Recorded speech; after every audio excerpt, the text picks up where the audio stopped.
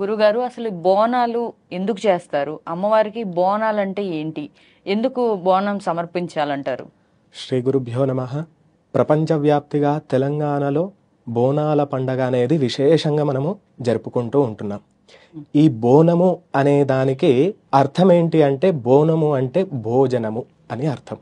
భోజనము అమ్మవారికి సమర్పితం చేయటం వల్ల, భోజనము అంటే చలువకి, అంటే అన్నము, పెరుగన్నము, బెల్లము ఇవి అన్నీ కూడా అమ్మవారికి సమర్పితం చేయటం వల్ల గ్రామ సుభిక్షంగా ఉండటానికి మనము బోనం అనేది అమ్మవారికి సమర్పితం చేస్తున్నాం.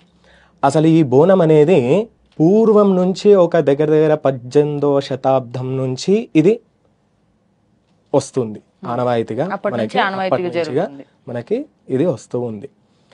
పూర్వము ఈ యొక్క బోనం అనేది గ్రామ సుభిక్షత కోసము, గ్రామము అంతా కూడా చలవగా ఉండటానికి ఈ యొక్క బోనాలు అనేది అమ్మవారికి సమర్పితం చేస్తున్నారు.